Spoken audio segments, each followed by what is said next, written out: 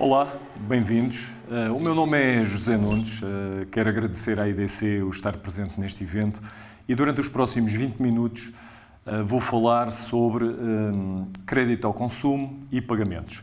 De uma forma alinhada com a disrupção que está a acontecer nestes dois processos, tipicamente do setor financeiro, mas cruzando com aquilo que estamos a viver, uma era de crescente digitalização. Vou dividir a apresentação em 5 tópicos. Os 2 primeiros são introdutórios, dar uma noção de como é que as coisas passaram no passado, como é que têm evoluído. Um terceiro ponto sobre o crédito no mundo digital e depois os 2 últimos sobre cenários possíveis, alguns de concretização, qual deverá ser a resposta ou uma das respostas possíveis do setor bancário e do setor financeiro tradicional a esta disrupção, e depois um mais futurologista, um quinto ponto mais futurologista sobre um cenário hipotético e possível que a gente vá presenciar no futuro. Bom, falando sobre uma visão histórica do que é o crédito ao consumo. A primeira coisa que queria comentar era uma realidade bipartida.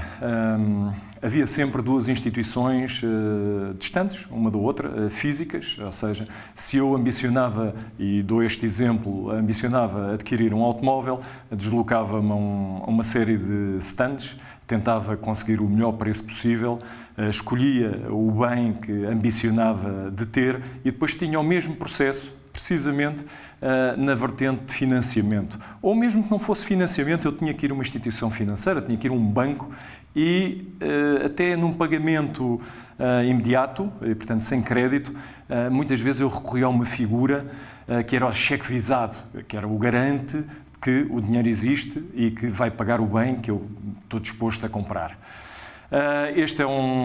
São dias que, de alguma forma, já passaram, ou pelo menos já não é a realidade que o consumidor ambiciona, e tivemos uma evolução nas últimas décadas, portanto, também não é um tema novo, que é a integração desse ciclo de vida. E os exemplos que temos, mais uma vez, ou na vertente retalho, com o meio de pagamento a ser integrado na loja, ou seja, e apesar de existirem 2 instituições, eu já não preciso de ir ao banco e ao comerciante, seja físico ou seja eletrónico. Ou seja, eu tenho a capacidade num único ponto, vou comprar o automóvel e no próprio stand existe uma instituição financeira, muitas vezes não tem nada a ver com o grupo, outras vezes tem a ver com o grupo que vende o automóvel, e fazem-me um processo que para mim é mais confortável, é integrado, às vezes é mais fluido, outras vezes é menos fluido, mas ainda são 2 instituições que estão ali presentes e eu tenho noção disso, ou seja, eu estou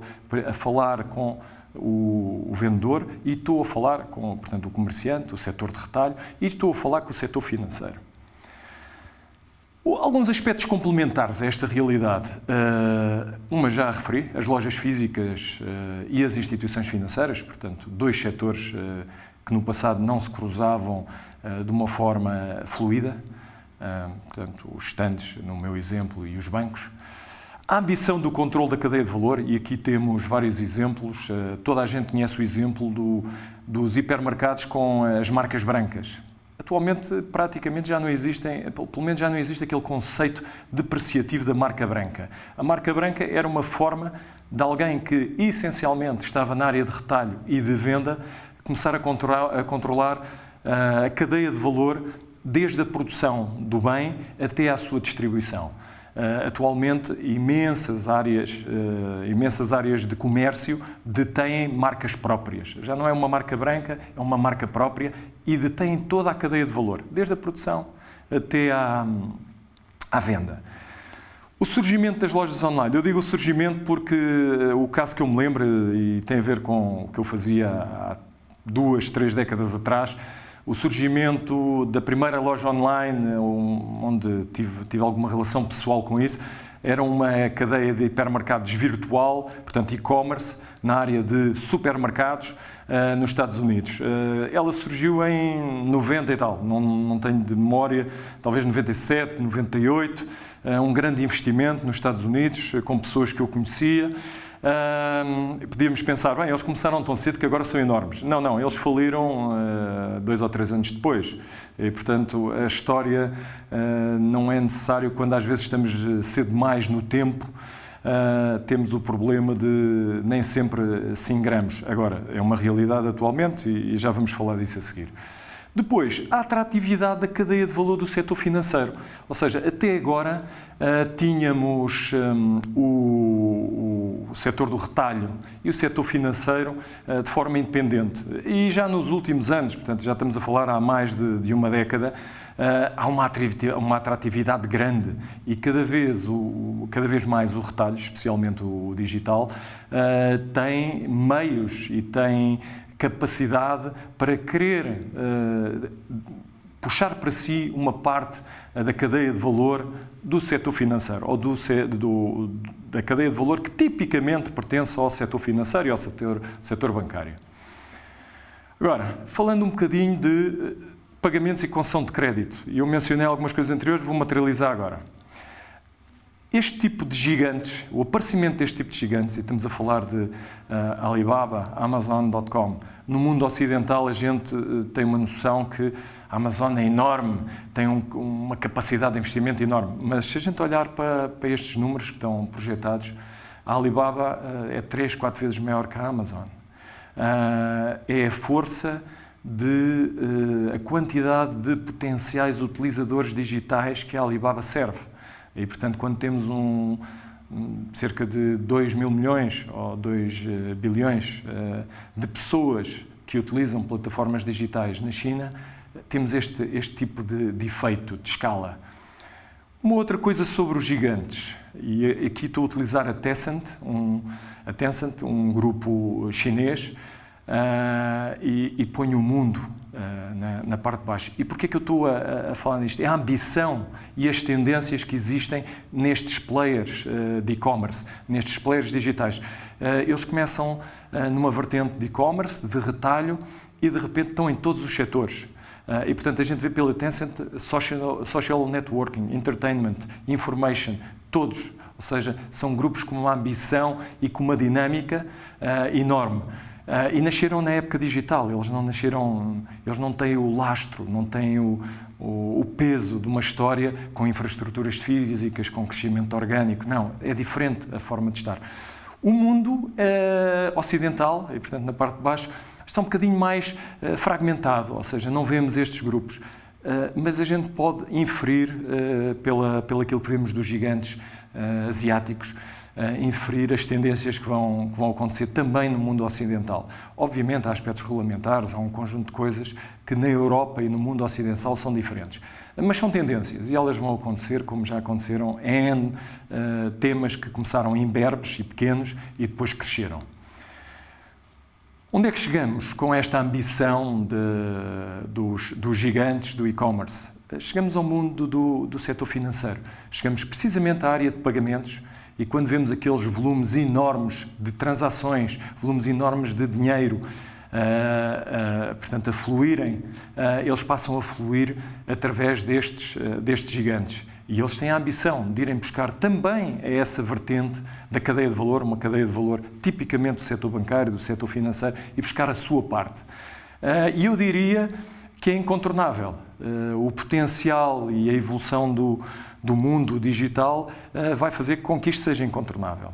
E, portanto, vale mais alinharmos e considerar uma oportunidade. Bom, porquê é que isto acontece agora ou porquê é que poderia ter acontecido há 10 anos? Os culpados do costume. Existe tecnologia disponível, portanto, conseguimos fazer estas coisas de e-commerce, conseguimos fazer estas coisas de autenticação, conseguimos fazer machine learning, inteligência artificial, portanto, existe tecnologia, existem parceiros que dominam essa tecnologia, existe enquadramento de legislação e regulamentar que permite estas evoluções e estas disrupções e existe uma evolução do mercado. A título de lição histórica, a gente nunca deve esquecer o passado. A gente pode pensar, então foi só agora, ou nos últimos anos que isto aconteceu. Eu vou lembrar-se e se calhar para alguns informar sobre o primeiro caso em que este trinómio se alinhou. Eu estou a falar do M-Pesa, e o M-Pesa são pagamentos, basicamente, no Quénia, onde, por uma questão de tecnologia que estava disponível, vontade do setor das telcos, legislação por diretriz do governo e necessidade por evolução do mercado, no caso do Quénia, uma questão de dimensão do país, um país com poucos recursos, fraca bancarização, alinhou-se estes 3 vetores e, portanto, o Estado, o regulador, disse: eu quero bancarizar, e quero bancarizar as pessoas de uma forma barata e fácil. E a forma barata que eles acharam foi através das telcos e dos telemóveis. E, portanto, as pessoas passaram a ter a capacidade de, através do telemóvel, fazer pagamentos eletrónicos no Quénia. Isto foi algures a meio da década do ano 2000, dos anos 2000. Portanto, estamos a falar de 15 anos, 14, 13 anos. Portanto, já existia isto tudo e quando se conjugou, aconteceu. Se calhar o Near Field Payments, que a gente agora é banal, o MBWay, surgiu 12, 13 anos mais tarde. Quando as coisas se conjugaram. E neste momento, estes culpados estão muito alinhados. É um trinómio que está a acontecer no mundo inteiro. Mais depressa nos sítios, menos depressa noutros, mas está a acontecer no mundo inteiro. Bom, crédito no mundo digital e também fazendo uma visão cronológica do crédito. Toda a gente está familiarizada com entrar num site, numa loja online, portanto, entrar no e-commerce, não é uma Amazon, outra qualquer, e pagar com o cartão de crédito.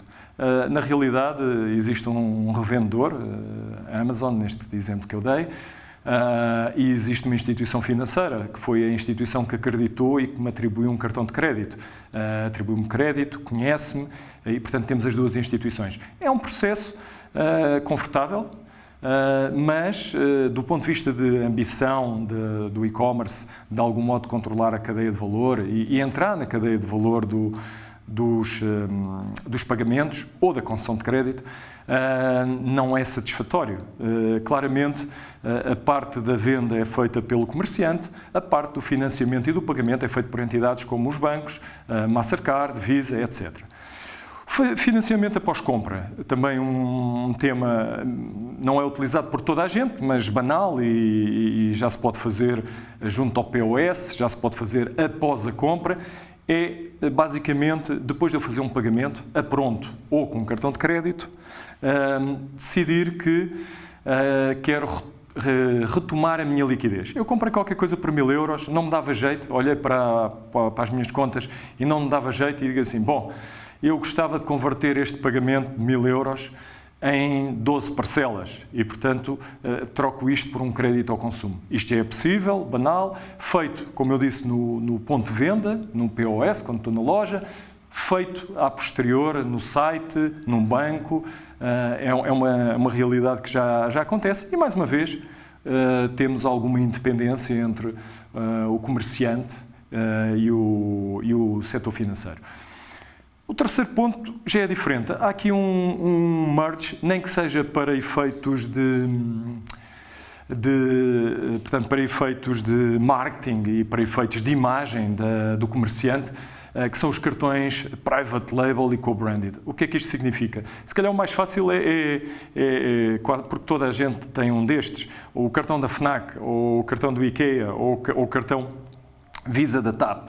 São exemplos de co-branded e private label em que existe, de facto, um agente financiador e, portanto, toda uma instituição financeira por trás desta realidade da utilização deste tipo de cartões, mas, do ponto de vista de marketing e de imagem, já há uma fusão muito maior entre o comerciante, seja ele e-commerce ou seja ele físico, o comerciante e o setor financeiro. E, por fim, a loja online como agente de crédito, ou seja, aqui, e já não é necessário ser com cartões, portanto, há outros mecanismos. E o exemplo que está ali é a Tencent, que com empresas financeiras do grupo ou com outras instituições autónomas, a loja online verdadeiramente apresenta-se como o gestor dos pagamentos e o gestor do crédito concedido ao cliente. Okay? E vamos evoluir um bocadinho nisto. Ora, esta tempestade que a gente viu, estas ambições, esta evolução do mundo digital surgem numa altura que o setor bancário está particularmente fragilizado. Muitas das fontes de rendimento dos bancos têm margens menores, é o caso da margem de intermediação financeira, aquilo que eu pago para ter depósitos versus aquilo que eu cobro para conceder empréstimos. Essa margem estreitou. A estabilidade cambial, que é uma outra forma de fazer dinheiro, a estabilidade cambial e de mercados é outra forma de fazer dinheiro também. Quando está estável, as oportunidades são menores. O haver novos agentes financeiros menos regulados, especialmente na área de pagamentos e trading. Exemplo, Revolut, exemplo, N26. Portanto, bancos ou completamente digitais ou instituições financeiras viradas apenas para os pagamentos. Portanto, tudo isto, de algum modo, fragiliza o setor financeiro. Existem um aspecto, pelo menos positivo, é que a banca, apesar de tudo, tem uma especialização que lhe permite, em alguns casos, ser mais competitiva. Mas vamos continuar neste slide, esse é o tema do próximo. Os novos modelos de negócio, como são o exemplo da Revolut e do N26, não têm o lastro, não têm o peso das infraestruturas físicas, não têm anos de investimentos acumulados que neste momento condicionam a agilidade. Portanto, os novos agentes são mais leves e ágeis. E depois a vontade enorme dos comerciantes entrarem e comerem uma fatia daquilo que é a cadeia de valor do setor financeiro. Bom, parceiros e o velho ditado. O velho ditado a que eu me refiro aqui é quando uma pessoa quer ir rápido, dizia o velho ditado que deveria ir sozinho. Tinha menos dúvidas e começava a correr sozinho. Quando queria ir longe, era importante ser acompanhado. Ora, neste caso do setor financeiro e do setor bancário, a visão da ASECO, como fornecedor de bancos e de setor financeiro em geral, convém ir acompanhado. E convém ir acompanhado, aqui não estou a falar dos parceiros tecnológicos que os bancos têm, os seus fornecedores, não é isso. Convém ir acompanhado no sentido de ter novas formas de apresentar o seu negócio, novas cadeias de distribuição. O contexto é muito quente, ou seja, depois de tudo o que eu falei, o contexto é muito quente, e vou recapitular aqui. A tecnologia está disponível, os novos agentes são extremamente agressivos, estou a falar dos gigantes do e-commerce, ou, pura e simplesmente, das lojas que querem transitar de um modelo puramente físico para um modelo também digital. A capacidade de investimento dos gigantes é superior à do setor financeiro, portanto, não sofreram tanto nos últimos anos como sofreu o setor financeiro. O quarto ponto é, de facto, a vantagem da banca. Os novos agentes têm dificuldades, têm dores. Tudo o que é regulamentar, regulatório, reporting, algoritmos mais complexos de profiling de cliente, previsões de liquidez, ou seja, tudo aquilo que não é aquela vertente que a gente vê mais simpática, mais sexy, que é a parte dos gadgets, da tecnologia, a simplicidade de eu ir a um site e fazer isto, a identificação biométrica. Tudo o que não é isso, tudo o que é back-office, há uma especialização da banca e aí há muita dor nos novos agentes. E depois, por último, o último ponto que faz com que isto seja, de facto, uma burning platform, a adoção por parte do consumidor final. Fomos obrigados. O Covid-19, o acidente, não gosto, obrigou mesmo aqueles mais renitentes a adotarem plataformas digitais. Bom, falando da resposta possível, primeira abordagem, ou seja, os bancos, em vez de considerarem toda esta abertura e toda esta disrupção, considerarem uma ameaça, considerar uma oportunidade. E, portanto, criarem plataformas que simplificam a parte de pagamentos. A Digital Payment Gateway é uma forma já conhecida. O que a gente na ASECO vê é vamos potenciar mais a Digital Payment Gateway. Vamos, além de facilitar os pagamentos e integrar e-commerce e lojas físicas com mecanismos de pagamento diversificados, vamos fazer profiling de clientes, vamos conceder crédito, vamos pôr ao dispor serviços de cross-selling e compras bundle, vamos permitir parcelamentos de pagamento, vamos disponibilizar serviços de fidelização que ajudem o comerciante a fidelizar os seus clientes. Uma segunda vertente, o Payment Hub, que é mais complexo, mais completo do que a Digital Payment Gateway e que para mim evoluirá para um Partner Hub. Partner Hub no sentido de setor financeiro com o retalho, setor financeiro com os outros setores que existem. E aqui tirar partido do Open Banking. PSD2 é um palavrão que é Open Banking para a Europa. Mas o Open Banking é uma tendência regulatória e, portanto, vamos tentar criar plataformas, os bancos criarem plataformas e facilitar a vida aos comerciantes, a toda a gente que quer entrar no mundo digital da concessão de crédito e dos pagamentos. E já agora vamos alargar isso, vamos transcender essa parte. Essa parte era a do Digital Payment Gateway. Vamos permitir-lhes constituir depósitos, vamos permitir fazer investimentos em fundos, fazer investimentos em títulos, ter acesso à Eurozone de forma facilitada, cross-selling bidirecional, ou seja, banca a vender no retalho, retalho a vender na banca. Portanto, criar toda uma atratividade e quem fizer isto e quem se posicionar desta forma é quem estará mais à frente. E, portanto, essencialmente a mensagem é não vale a pena chorar sobre coisas que vão acontecer, não vale a pena considerar uma ameaça, ela vai acontecer. Portanto, é melhor se considerar uma oportunidade. Por fim, o futuro sem bola de cristal, e é o último ponto. O que é que a gente pode esperar no futuro? E isto são possibilidades. A tokenização biométrica. Essa é uma realidade já no controle da sociedade na China, ou seja, eu não sou eu porque tenho um cartão de crédito, porque me identifiquei com o user password, eu sou eu porque o meu ADN é específico, a minha face é específica e fizeram face recognition, ok? Portanto, uma simplificação do ser eu e quem quer vender-me coisas, ter facilmente a minha identificação.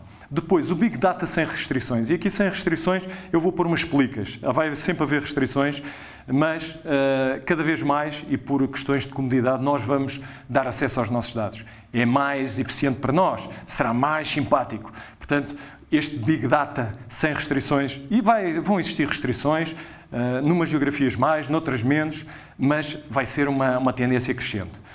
Associado ao Big Data, a realidade aumentada e a interação por voz.